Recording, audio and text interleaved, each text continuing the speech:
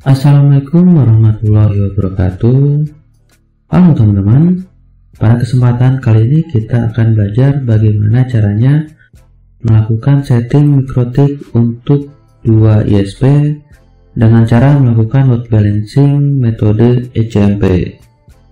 Rencananya video ini akan menjadi bagian pertama dari seri setting mikrotik 2 ISP yang bagian awalnya adalah load balancing, kemudian akan dilanjutkan dengan pisah traffic tertentu ke ISP tertentu, seperti pisah traffic YouTube, pisah traffic game online, WhatsApp, speed test, Telegram, TikTok, dan lain-lain. Sebelum kita mulai video ini, pastikan kamu udah subscribe dan aktifkan loncengnya, karena subscribe itu gratis dan biar kamu juga gak ketinggalan video terbaru dari channel ini. Sebelum kita mulai belajar gimana caranya, baiknya teman-teman perhatikan terlebih dahulu kondisi jaringan di tempat saya ya. Jadi untuk ESP1 IP modemnya adalah 192.168.1.1 dan IP Ether ESP1 adalah 192.168.1.2 dan networknya adalah 192.168.1.0/24.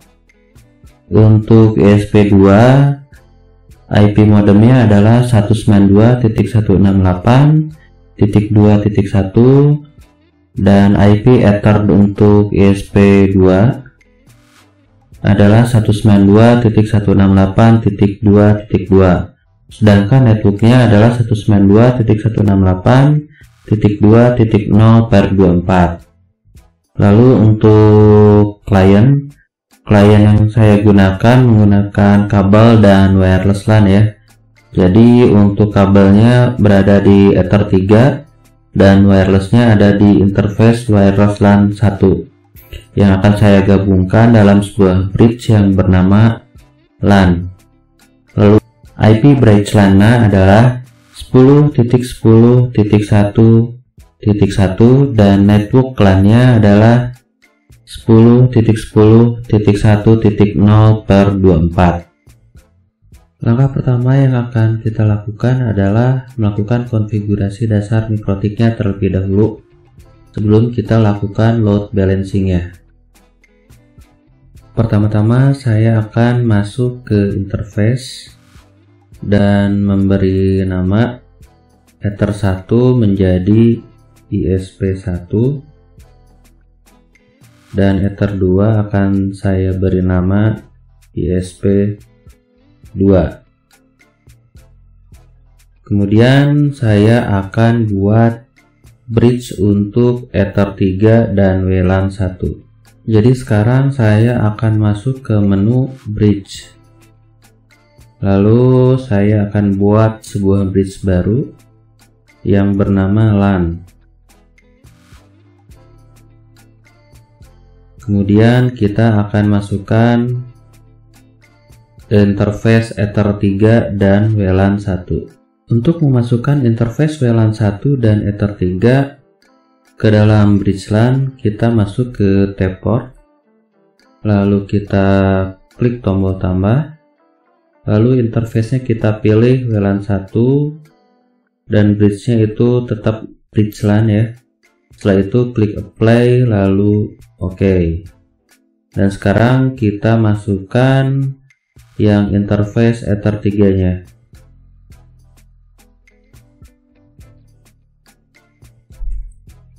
Nah, setelah di OK ini kemungkinan akan terputus terlebih dahulu. Dan sekarang kita konekkan lagi. Setelah itu kita set IP address dari interface ISP1, ISP2, dan interface LAN. Saya akan melakukan konfigurasi IP address-nya secara statik karena di modem kedua ISP saya set statik juga ya. Jadi nggak menggunakan DHCP server. Jadi di sini saya akan masuk ke menu IP lalu addresses, lalu kita tambahkan IP dari Ether ESP1. Di sini saya masukkan, dikasih per 24 biar tetap terkoneksi ke IP yang lainnya. Setelah itu klik apply, lalu kita masukkan IP dari ESP2. Jadi yang dimasukkan itu IP address dari interface-nya, bukan dari ininya ya, bukan dari networknya. Yaitu klik apply juga. Sekarang kita masukkan IP dari bridge LAN-nya.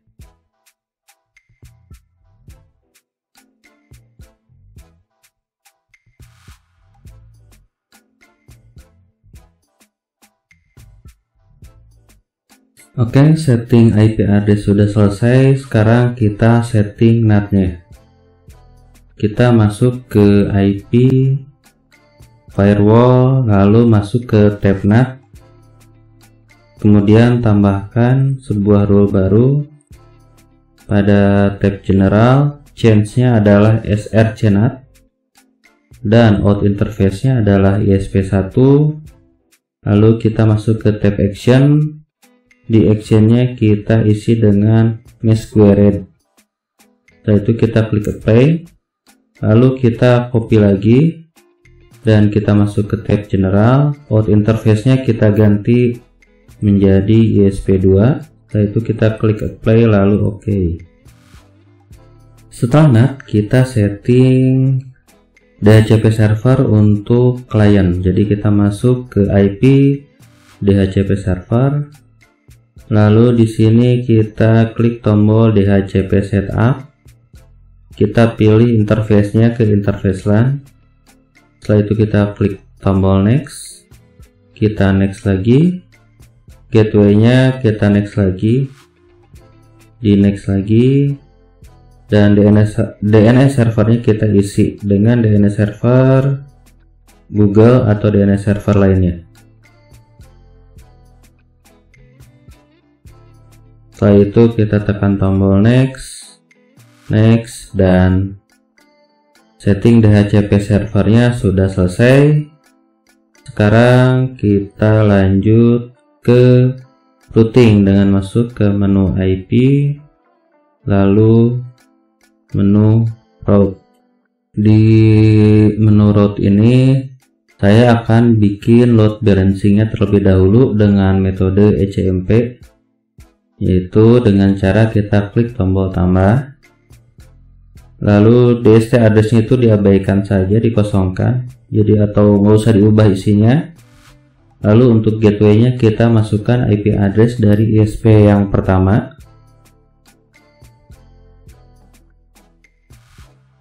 Kemudian klik tombol yang bawah ini untuk menambahkan gateway yang kedua. Setelah itu kita pilih cek gateway-nya menjadi ping dan distance-nya menjadi 3.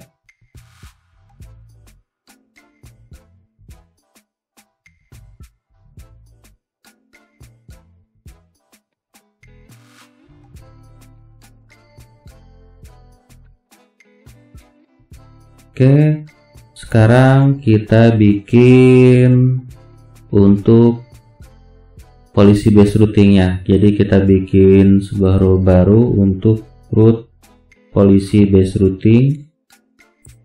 Jadi yang pertama kita masukkan IP address dari ESP yang pertama, 1.1, cek gateway ping, distance kita isi 1, routing marknya kita kasih RESP1. Setelah itu kita klik apply. Dan sekarang kita bikin failovernya dengan menekan tombol copy.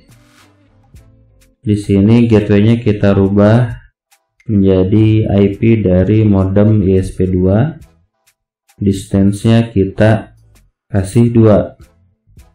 Setelah itu kita klik apply juga. Setelah itu tekan tombol OK. Nah, sekarang kita buat rule baru lagi untuk routing MAC yang ISP2. Jadi di sini pertama-tama kita masukkan IP address dari ISP yang kedua.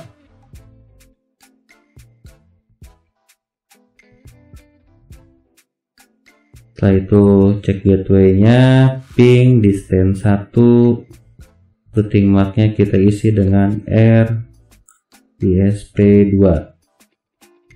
Setelah itu kita tekan tombol apply dan kita kopikan lagi untuk memasukkan failover-nya. Jadi gateway-nya dirubah ke ISP1 dan distance-nya kita ubah menjadi 2. Setelah itu klik apply lalu OK. Oh ya teman-teman, tadi saya ada yang lupa, saya belum setting wireless-nya. Jadi kita masuk ke menu wireless. Pertama-tama kita buat dulu security profile-nya. Kita tambahkan security profile baru. Lalu kita isikan password-nya. Misalkan di sini saya akan kasih password rumah kode 1. Dan di bawahnya juga diisi hal yang sama.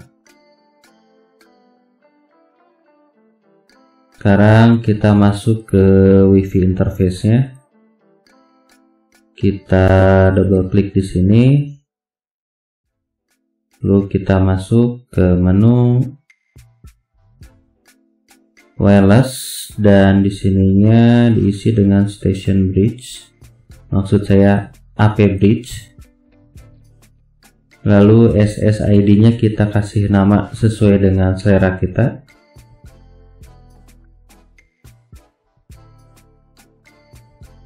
Lalu kita masuk ke menu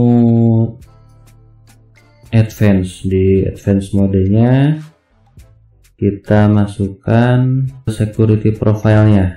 Security profile-nya kita masukkan ke profile 1. Setelah itu kita klik apply lalu OK dan di-enablekan. Sebelum saya tutup video ini, saya akan jelaskan dulu kenapa di bagian distance ini yang load balancing-nya itu diberi distance 3. Itu karena yang distance 1 adalah routing yang utamanya, yang nanti kita akan buat policy based routingnya atau kita arahkan rule-nya, koneksinya ke ISP1 ke ISP2. Dan yang distance 2 ini adalah failover-nya. Jadi ketika yang RISP1 ini putus, koneksi internetnya terputus, maka akan teralihkan ke distance yang kedua secara otomatis.